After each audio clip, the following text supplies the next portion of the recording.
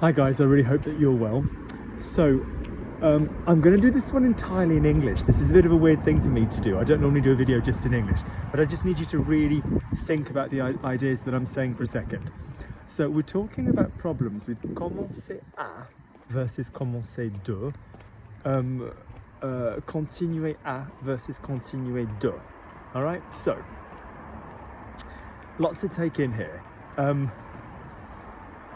So first things first, can we be very clear, point number one, that we're talking about when you use these verbs and then a preposition and then another verb. So if I said, for example, I'm going to start the lesson, alors moi je vais commencer le cours, we don't need to have a preposition. It's not like certain verbs require a preposition of a and de, then going into a noun. No. So for example, I'm going to try the pasta, alors moi je vais essayer les pâtes. I'm going to try to make the pasta, alors moi je vais essayer de faire les pâtes. We're very much talking about when you use these verbs and you then go into another verb. Is that clear? Point number one, you're going to have this a or this de after your first verb before you go into your second verb. So that's point number one. Right. As a general rule, I teach a nice little square. When I first get people doing this, I say, there are 4 verbs in French which I want you to learn the prepositions for, and there are 4 verbs in English where I want you to forget the prepositions. So I always say, essayez de, décider de, to try to decide to, continuer à, commencer à. And I always say the 2 with the C are going to use the letter A. And then I say, as a side note, not that this is the topic of this video,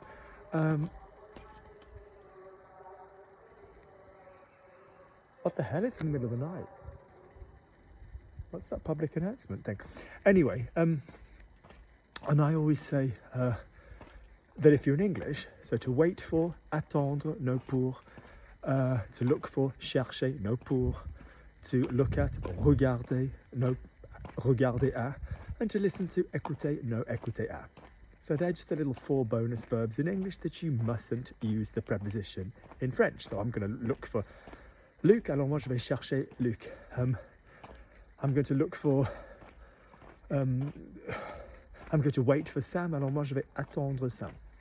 Okay, so, as for the verbs that we were talking about, they're kind of opposite in that if it's a short thing, you're going to favour continuer à, and if it's a long thing, you're going to favour continuer de, and if it's a short thing, you're going to favour commencer de, and if it's a long thing, you're going to favour commencer à. But they're not remotely the same, because commencer à is so common, and saying commencer de is really, really, really kind of old school.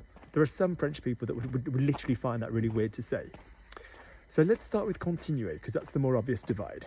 I always teach people to say continuer à just so that they're saying something and they're sticking with it. Continuer à is much more current. You will hear continuer à much more currently than continuer de. Strictly speaking, continuer de is a little bit more literary, a little bit more formal. There are some people that would interchange them, and really, really, really, and can I make the point very, very, very clearly here? When you are learning French grammar, I can completely tell you that, you know, it's a really grammatical language, and there will always be somebody in France making a mistake, and there are lots of resources in France and in French for people who are French first language speakers saying, what is the grammar here? There's one with Projet Voltaire, there's one with Figaro, Ne faites plus la faute. There's loads of them, you know.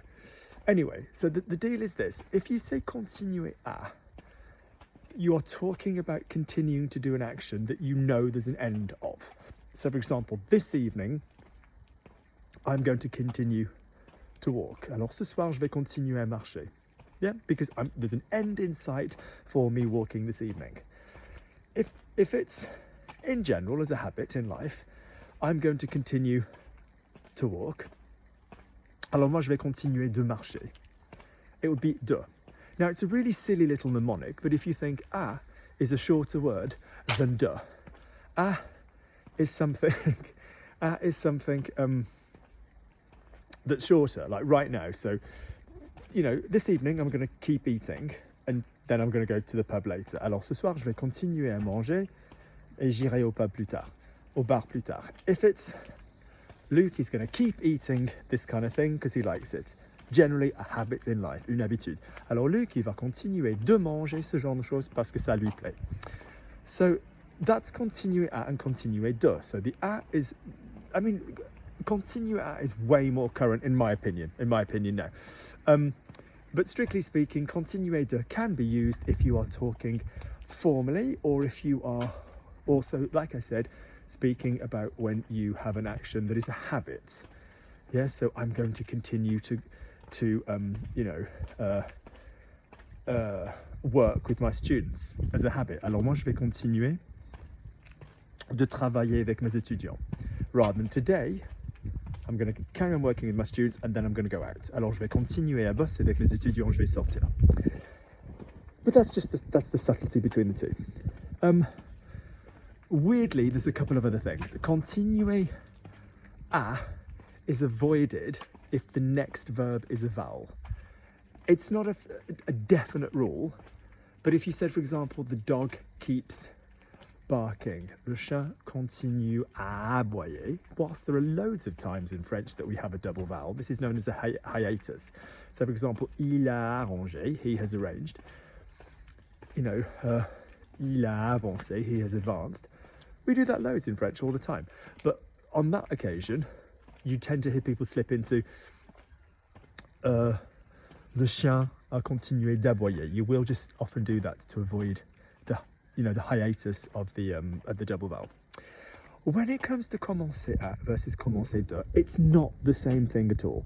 Commencer de is just so rare nowadays.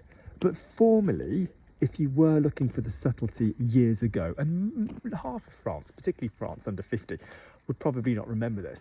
The subtlety years ago used to be the opposite of continuer, meaning if it was something that you'd started to do that you were then going to carry on with.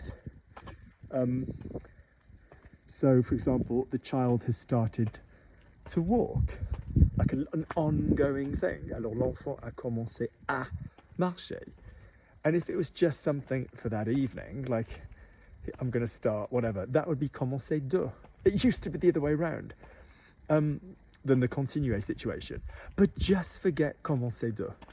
Seriously, just forget it. Just use commencer à. Yeah, it's not the same decision-making process as continuer à. It's just not as common at all. Yeah. There are people that find it really weird to say commencer de. So forget that one.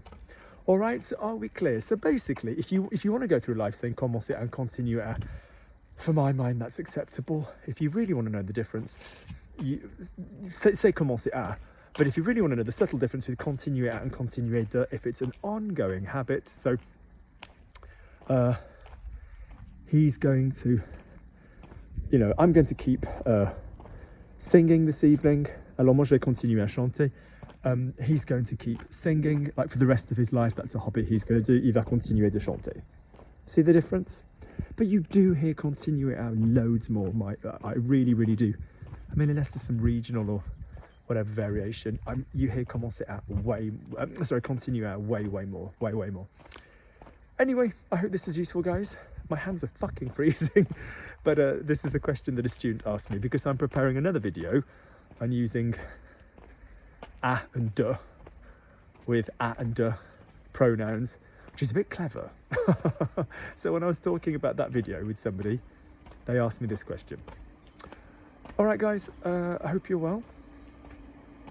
Speak soon. Loads of love, loads of love.